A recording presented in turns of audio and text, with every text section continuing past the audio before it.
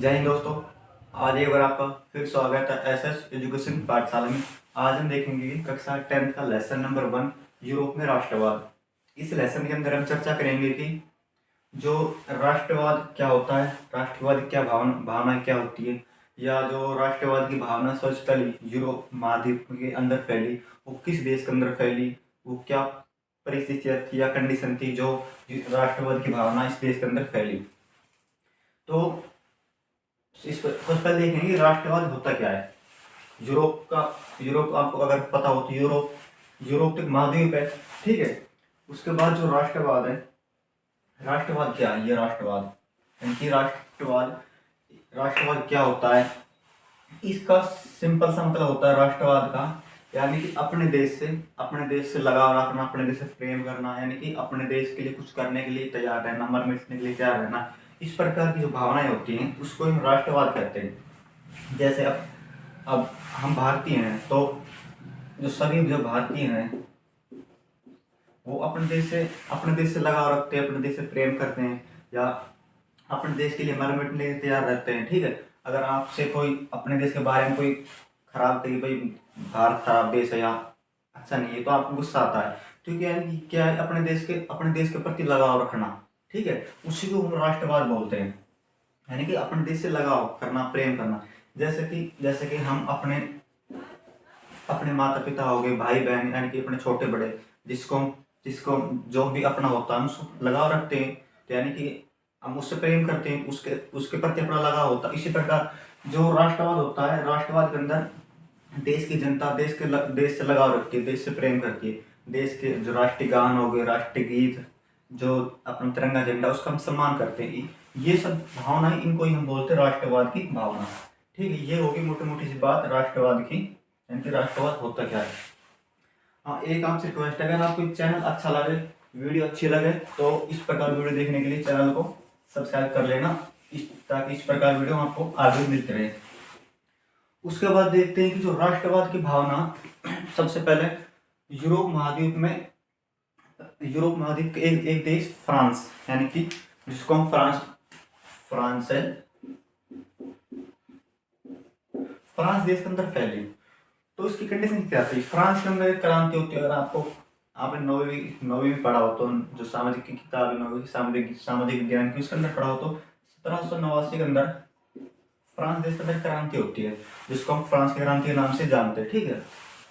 अब इस क्रांति के अंदर क्या है कि जो फ्रांस का शासक था, यानी फ्रांस का शासक कौन था, 1789 से पहले लुई 16, ठीक है। तो इधर क्या था, यहाँ पे फ्रांस के अंदर राजतंत्र था। राजतंत्र क्या होता है, राजतंत्र वो शासन व्यवस्था होती है जिसके अंदर एक राजा शासन करता है, यानी कि उसके अंदर चुनाव नहीं होते, यानी कि राजा ही शासक होता है। वो अपनी मर्जी से शासन चलाता, अच्छा चलाए चाहे खराब चलाए, जनता उसकी बात माननी होती है, उसको हम राजतंत्र बोलते हैं। तो इसको 1 मिनट के लिए हम इधर ही छोड़ देते हैं। इसको हम पहले समझते हैं कि जो अगर जैसे फ्रांस के अंदर राजतंत्र था, इसी प्रकार जैसे कि यूरोप महाद्वीप और भी देश थे, जैसे कि जो आज का इंग्लैंड, ब्रिटेन, जर्मनी, या भारत देश को देख सकते हो कि जैसे कि भारत में राजा का शासन होता था। जैसे कि अकबर वगैरह, आपने फिल्म भी देखी हो तो अकबर, ठीक, अकबर का शासन था। उसके बाद और जो राजा महाराजा, उन सबका भारत में शासन था। सब अलग अलग क्षेत्र पर अलग अलग राजाओं का शासन था। उसके बाद भारत के अंदर अंग्रेज आते सन 1600 के अंदर। तो उसके बाद धीरे धीरे शासन व्यवस्था चेंज होती है, फिर भारत पर अंग्रेजों का शासन हो जाता है। इसी प्रकार जो यूरोप के देश थे, जैसे फ्रांस हो गया, या इंग्लैंड, जर्मनी, ब्रिटेन, स्विट्जरलैंड, ये सब देश, इन देशों सभी में राजतंत्र था। अब राजा होता था, जो राजा वो अपनी मनमर्जी से शासन चलाता था। सब अच्छा शासन चलाए था, खराब जनता उसके बाद माननी होती थी। तो उसके बाद क्या हुआ कि जो एक फ्रांस देश था, फ्रांस का उस समय शासक कौन था, लुई 16 था। अब इससे क्या हुआ, जनता बहुत परेशान आ चुकी थी। परेशान क्यों आ चुकी थी, वो अपनी मनमर्जी शासन चलाता था। जनता के अधिकार और कर्तव्य, या जनता के प्रति जो उसकी जिम्मेवारी होती है, जैसे कि अभी आज के समय में क्या है कि सरकार क्या करती है, सड़कें बनवाती है, नाले बनवाती है, आपके लिए स्कूल वगैरह इस प्रकार की व्यवस्था करवाती है। लेकिन जो वो लुई 16 था, इस प्रकार की इस प्रकार कोई कार्य नहीं कर रहा था, जिससे कि जनता जनता थी वो लुई 16 से परेशान हो चुकी थी। उसके बाद क्या किया, जनता ने विद्रोह कर दिया, यानी कि 1789 के अंदर, इसको फ्रांस क्रांति बोलते हैं। 1789 के अंदर लुई 16 के खिलाफ फ्रांस की जनता ने यानी कि लड़ाई छेड़ दी। लड़ाई छेड़ने के बाद, अब लड़ाई छेड़ दी तो उसके बाद लुई 16 को उसके पद से हटा दिया गया। उसके पद से हटाने के बाद यानी कि अभी राजतंत्र था 1689 तक, अब 1689 के बाद राजतंत्र खत्म करके 1789 में यानी कि 1791 के अंदर फ्रांस में संवैधानिक राजतंत्र यानी कि संवैधानिक राजतंत्र आ गया, यानी सॉरी प्रजातंत्र आ गया, यानी कि लोकतंत्र जिसको बोलते हैं। यानी कि अब से क्या किया कि अब से जो भी जिसकी भी सरकार होगी उसको जनता खुद वोट डाल के चुनेगी, यानी कि उसको बोलते हैं लोकतंत्र या प्रजातंत्र। लोकतंत्र या इसको प्रजातंत्र बोलते हैं।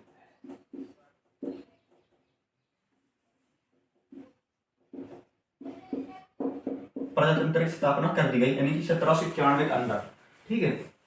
अब 1791 के अंदर ये इसके 1789 क्रांति व लुई 16 का शासन हटा दिया, और उसके 1791 के बाद यानी कि इस देश के अंदर अब जो शासन चलाने की जो जो सारी पावर थी जनता ने अपने हाथ ले ली। जनता ने 1791 में यहाँ पे लोकतंत्र की स्थापना होगी, यानी कि अब जनता खुद वोट डालकर अपने शासक को चुनेगी, ठीक है। यहाँ तक तो ये व्यवस्था हो गई, यानी कि इधर ये फ्रांस के अंदर अब राजतंत्र खत्म हो गया और अब सीधा आ गया लोकतंत्र या प्रजातंत्र। उसके बाद लेकिन अब जो ये व्यवस्था होती है 1789 में फ्रांस की क्रांति के बाद, यानी कि इनमें भी कुछ कमियां रह जाती हैं। तो उसके बाद अगर आपने एक व्यक्ति का नाम सुना हो तो उसके बाद फ्रांस का जो शासक बनता है वो 1804 के अंदर नेपोलियन, उसका पूरा नाम था नेपोलियन बोनापार्ट। नेपोलियन बोनापार्ट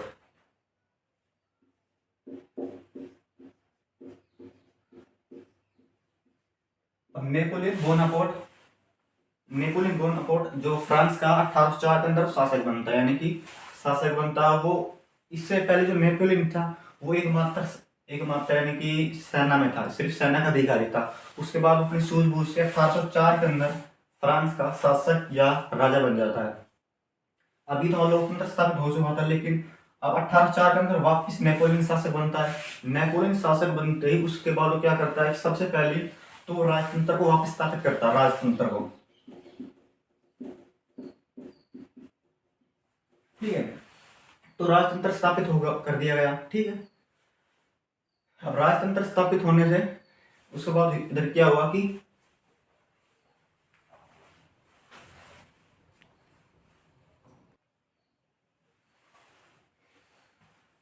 तो इसके बाद होता क्या है कि राजतंत्र वापस स्थापित कर देते नेपोलियन वापस शासक बनने के बाद 1804 के तहत।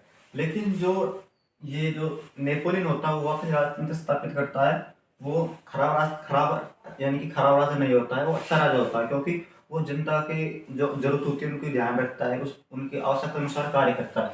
जो लुई 16 था फ्रांस क्रांति 1789 से पहले, वो खराब शासक था, उसलिए उसको जनता ने हटा दिया था विद्रोह करके 1789 के अंदर। उसके बाद नेपोलियन शासक बनता है, तो नेपोलियन शासक बनते ही 1804 के अंदर कुछ सुधार करता है वो, ठीक है, जिसको हम नेपोलियन संहिता के नाम से जानते हैं। यानी कि नेपोलियन कुछ सुधार करता है, उनको किस नाम से जाना जाता है, यानी कि नेपोलियन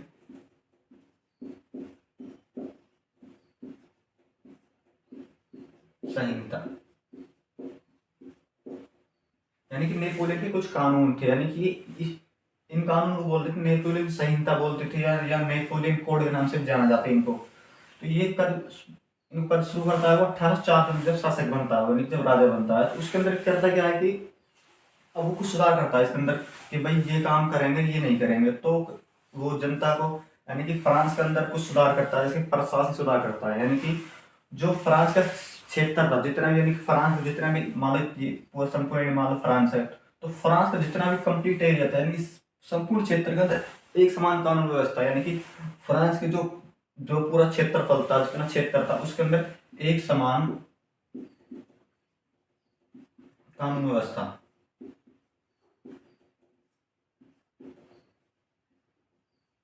यानी कि संपूर्ण फ्रांस क्षेत्र के अंदर एक समान कानून व्यवस्था लागू कर दी, ठीक है। उसके बाद जो कुछ व्यक्ति ऐसे थे, यानी कि इसको बदल लेते थे, कुछ व्यक्ति ऐसे थे जिनको जन्म के आधार पर विशेष अधिकार मिलते थे, जैसे कि भारत के अंदर पहले राजा महाराजा थे, उनके अंदर जो जन्म राजा के अंदर राजा परिवार जन्म लेता था तो राजा ही बनता था ऐसे।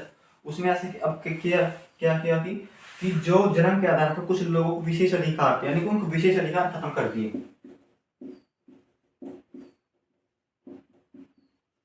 विशेष अधिक विशेष अधिकार खत्म कर दिए गए, इस प्रकार सुधार किए, ठीक है। उसके बाद किया क्या इसने, जो छोटे मजदूर थे उनके उनकी उनको ध्यान रखते हुए जो उनका टैक्स था, यानी कि टैक्स हटा दिया, यानी कि टैक्स कर, यानी कि जो अपने जो छोटे व्यापारी थे माल बेचने के लिए, वो उनको छोटी छोटी जैसे कि जगह जगह पर टैक्स देने पड़ते थे उनको, संपूर्ण संपूर्ण फ्रांस के अंदर उसने टैक्स की जो टैक्स था, यानी कि कर था, उसको हटा दिया, यानी कि टैक्स हटा दिया। टैक्स मतलब इसका मतलब क्या था कि जैसे कि आप ऐसा समझ सकते हैं, जैसे कि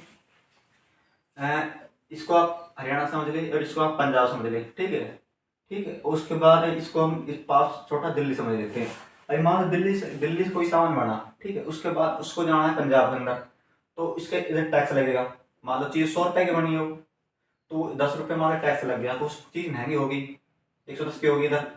उसके बाद वो पंजाब से जाकर हरियाणा में जा रही, इसका फिर हरियाणा और पंजाब सीमा का फिर टैक्स लगता है इधर, तो यानी कि ये चीज़ कुल महंगी होकर 120 रुपये का हो जाती है। अब उसके बाद वो उसको आम जनता खरीदती है, तो वो आम जनता के लिए और ज़्यादा महंगी साबित होती थी। इससे पहले टैक्स लगता था, यानी कि हर जगह जगह टैक्स लगता था। उसने क्या किया कि जो टैक्स था उसको टैक्स को ही हटा दिया, ठीक है।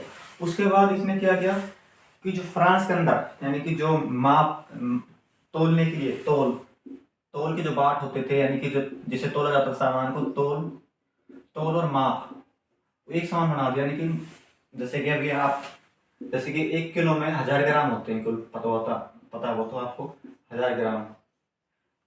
फ्रांस के अंदर क्या ऐसा था कि यानी कि नेपोलियन बनने से पहले, यानी कि कहीं तो 1000 ग्राम का 1 किलो होता था, या उससे कहीं ज्यादा का या कहीं कम का भी। तो इससे क्या था कि जो जनता थी, एक समान कानून व्यवस्था फ्रांस के अंदर लागू नहीं थी, इससे जनता को नुकसान होता था। उसने क्या किया कि जो फ्रांस के अंदर एक समान, यानी कि भाई जहाँ पे, यानी कि संपूर्ण फ्रांस क्षेत्र में 1 किलो 1000 ग्राम का ही माना जाएगा, ठीक है। और जैसे कि फुट में 12 इंच होते हैं, तो इस प्रकार की व्यवस्था कर दी कि भाई ये नाप और तोल सब एक समान इस प्रकार की होंगी, ठीक है।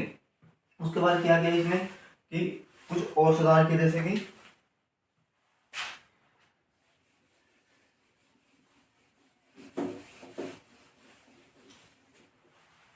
उसके बाद इसने क्या, नेपोलियन ने किया जो सामंत व्यवस्था थी, सामंत व्यवस्था को खत्म कर दिया। इस सामंत व्यवस्था क्या थी कि सामंत व्यवस्था वो थी जो पहले फ्रांस के अंदर राजा महाराजा वगैरह हुआ करते थे, तो राजा जो किसानों से सीधे तो टैक्स लेते नहीं थे भाई, कर, ठीक है। तो राजा अपने जो कोई सामंत होता था उसको जो किसान से उसके लिए टैक्स वसूलने के लिए उसके भेजते थे भाई, तू टैक्स वसूल करके लिया। तो एक जो सामंत होते थे बीच के अंदर, वो ज्यादा उसको टैक्स लेते थे किसानों से, उनको शोषण करते थे। तो उसने क्या किया कि सामंत व्यवस्था को खत्म कर दिया, यानी कि अब से राजा सीधा टैक्स सीधे जनता से खुद वसूलेगा, या जनता राजा को सीधे जाकर टैक्स देगी, इस प्रकार की व्यवस्था कर दी, ठीक है। उसके बाद जो क्षेत्र, जैसे कि जो फ्रांस ने क्षेत्र जीते थे, या जो नेपोलियन क्षेत्र जीते, जैसे कि हॉलैंड हो गया, ठीक है, बेल्जियम, जर्मनी, उसके बाद स्विट्जरलैंड,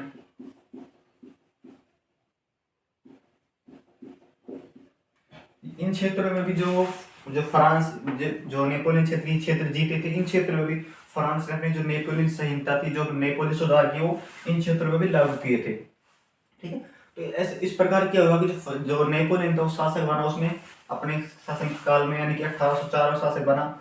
उसके बाद वो 1815 तक शासक रहता है। 1815 में होता है वाटरलू का युद्ध।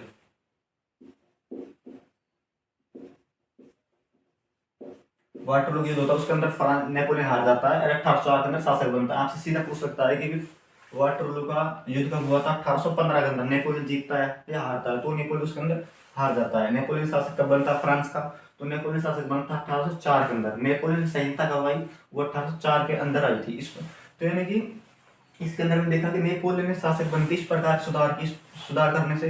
अब भाई देखा कि भाई अब जो यूरोप के बाकी देश थे उन्होंने देखा, जैसे कि जर्मनी हो गया, इटली हो गई, जो आसपास सब देश, वो देख रहे थे कि भाई उधर की जनता भी देख रही थी कि भाई नेपोलियन इतने अच्छे सुधार कर दिए, तो जनता, वहाँ की जनता उन्हें मांग करने लगी कि भाई क्यों हमारे अंदर, हमारे देश के अंदर राष्ट्रवादी भावना होनी चाहिए, हमारे देश को एक करो, यानी कि हमको भी जो नेपोलियन इस प्रकार सुधार किए थे, इस प्रकार सुधार हमारे देश के अंदर भी होने चाहिए। तो यानी कि जनता सब फिर धीरे धीरे इन सबकी मांग करना आरंभ कर दिया था।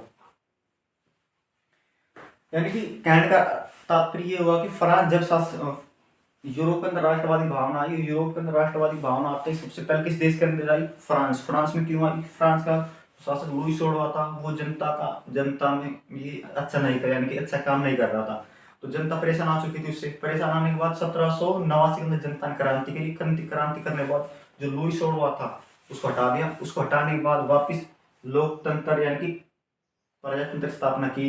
उसके बाद फ्रांस के अंदर, उसके बाद कुछ समय बाद यानी कि 1804 के अंदर जो नेपोलियन शासक बनता है, नेपोलियन शासक बनते ही नेपोलियन इससे पहले एक छोटा सा यानी कि सेनाधिकारी था।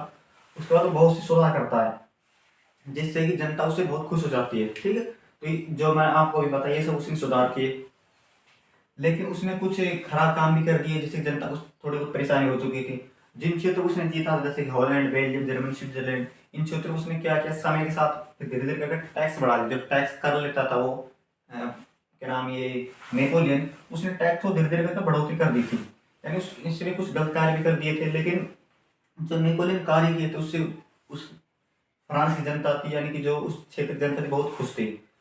तो वीडियो फर्स्ट पार्ट में हमने देखा था कि फ्रांस में किस प्रकार से, यूरोप के अंदर किस प्रकार राष्ट्रवादी भावना आरंभ होती है, किस प्रकार से यूरोप के फ्रांस देश के अंदर प्रारंभ होती है, और नेपोलियन किस प्रकार के कार्य करता है। ठीक है, नेपोलियन संहिता क्या थी, वाटरलू युद्ध क्या कब खत्म हुआ था, इस प्रकार की अभी हमने चर्चा की। इसके बाद अगली जो वीडियो आई उसके अंदर हम इटली के एकीकरण या जर्मनी के एकीकरण पर चर्चा करेंगे। ये इसके वीडियो को अगले पार्ट में देखेंगे, इसके बाद नहीं तो वीडियो लंबा ज़्यादा हो जाएगा। वीडियो देखने के लिए थैंक यू। मिलते हैं फिर किसी नेक्स्ट वीडियो के साथ। अगर आपको वीडियो अच्छी लगे तो लाइक करना, शेयर करना और चैनल को सब्सक्राइब भी कर सकते हो। वीडियो देखने के लिए थैंक यू।